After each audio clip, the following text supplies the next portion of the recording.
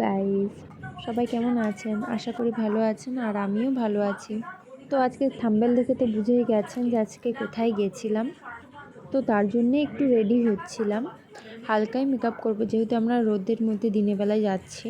তো একদম light makeup করব। তো চলো সাজতে সাজতে তোমাদের একটা ঘটনা বলি, মানে যেটা মায়াপুর যাওয়ার আগে হয়ে গেছে ঘটনাটা।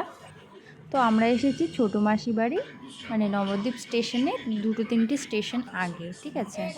আর আজকে না বাবা মারা চলে গেছে, মানে বাড়ির উদ্দেশ্যে রওনা দিয়েছে সকালবেলার দিকে। তো মা বাবারা বেরিয়েছে, তারপরে না মাসির কাছে আমি গল্প করছিলাম যে মা না এবারে বলেছিল তোমাদের বাড়ি আসলে মায়াপুরে একটু ঘুরতে যাবে, অনেক দিন ধরে মার ইচ্ছা করছে। তো মাসি বলছে যে আমাকে আগে বললি না কেন?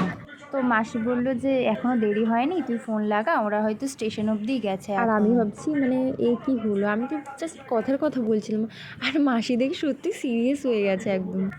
তো তারপর মাকে না কল করেছিলাম, আর মা না খুবই রাগারাগি করছিল, যেহেতু বড় মাসি একটু আশা করেই ছিল, আর রান্নাবান্নাও সব করে রেখেছিল। তারপরে কি আমরাও মানে অনেকটাই জেদ করেছিলাম। আর অ্যাট দ্য এন্ড মারও যেহেতু যাওয়ার ইচ্ছা ছিল, তো মাও বললো ঠিক আছে তাহলে আসছি। এবার মা এলো, তারপর সবাই মিলে বাড়িতে কথাবার্তা বলে মাসিকে ফোন করে একটু মানিয়ে তারপর সবাই মিলে রেডি হতে শুরু করলাম, একটু কিছু খেয়ে দেয়।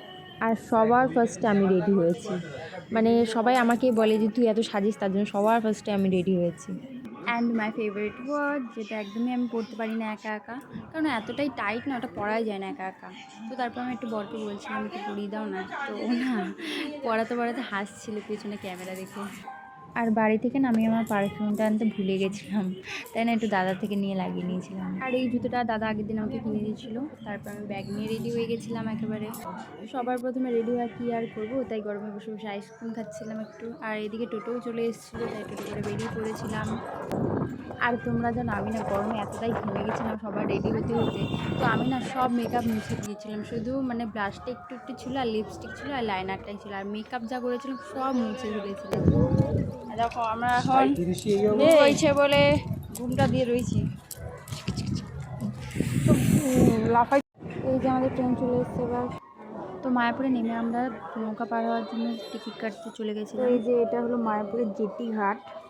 ঘাটের ভিউটা না খুবই সুন্দর, কিন্তু প্রচণ্ড রোদ্দুরও ছিল তার সাথে, আর সাথে কত নৌকা দেখতে পাচ্ছেন। আর আজকে না মায়াপুরে প্রচণ্ড ভিড় ছিল, আমি আপনাদের পরে দেখাবো ভিড়টা কেন ছিল আজকে। তো আমরা নৌকা থেকে নেমে টোটো নিয়ে নিয়েছিলাম সব মন্দিরগুলো ঘোরার জন্যে।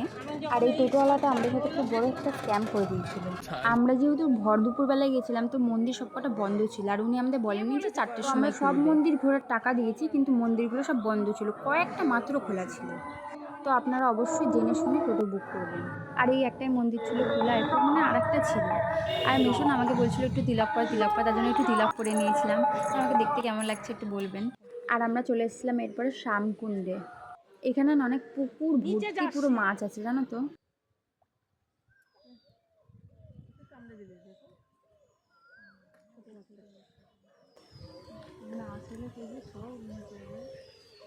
এরপর আমরা চলে গেছিলাম গোবর্ধন পর্বতের দিকে।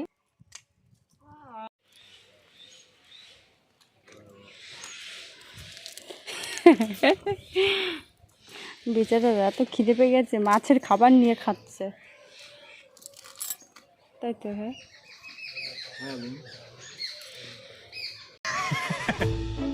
চলো।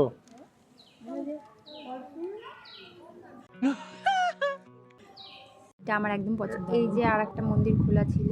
তারপর আমরা চলে এসেছিলাম রাধাকুণ্ডে।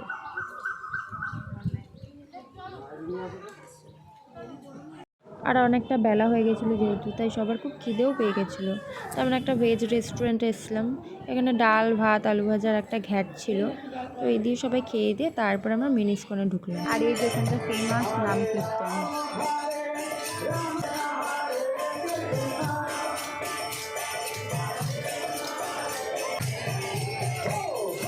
আমি শুধু দাঁড়িয়ে দেখছিলাম তাই। তারপর আমরা ফোন আর জুতো জমা রেখে ভেতরের দিকে গেছিলাম, তো লাস্ট এটা ভিডিও। এবার চলে এসেছি মন্দিরের বাইরে, আর মন্দিরের ভেতরে প্রচণ্ড ভিড়, পা রাখার জায়গা পর্যন্ত নেই। আর এই ভিড় হওয়ার কারণ হলো আজকে ছিল নরসিংহদেবের জন্মদিন। তো সেই উপলক্ষেই ভেতরে নরসিংহদেবের মহাস্নান হচ্ছে, সেই জন্য এত ভিড় তাকে দেখার জন্যে। আর যেহেতু আমি ভেতরে ভিডিও করতে পারিনি, তাই বাইরে টিভি স্ক্রিনেই দেখালাম। আর এতটাই ভিড় ছিল যে মানে গার্ডরা পর্যন্ত 1 মিনিটের জন্য দাঁড়াতে দিচ্ছে না দেখার জন্য, হাত দিয়ে ঠেলে ঠেলে বাইরে বার করে দিচ্ছিল। আর আমাদের এবার মন্দির দর্শন হয়ে গেছে, তাই আমরা বাড়ির দিকে চললাম এবার। তো চলো তোমাদের না যেতে যেতে একটা জিনিস দেখাই। তো এটা যেহেতু বৈশাখ মাস চলছে, তো বৈশাখ মাসে না অনেকেই শিবের মাথায় জল ঢালতে যায়। আর এনারা সবাই মায়াপুরের ঘাট থেকে বাঁকে করে জল নিয়ে গিয়ে জামালপুরে একটা কোনো মন্দির আছে, শিব মন্দির, ওখানে ওনারা জল ঢালতে যাচ্ছে, পুরোটাই পায়ে হেঁটে। তো আজকের দিনে এইটুকুনি ভিডিও ছিল। প্রথমবার কোনো ভিডিওতে এত ভয়েস দিলাম, জানি না কেমন হয়েছে। ভালো লাগলে লাইক কমেন্ট করে অবশ্যই জানাবেন।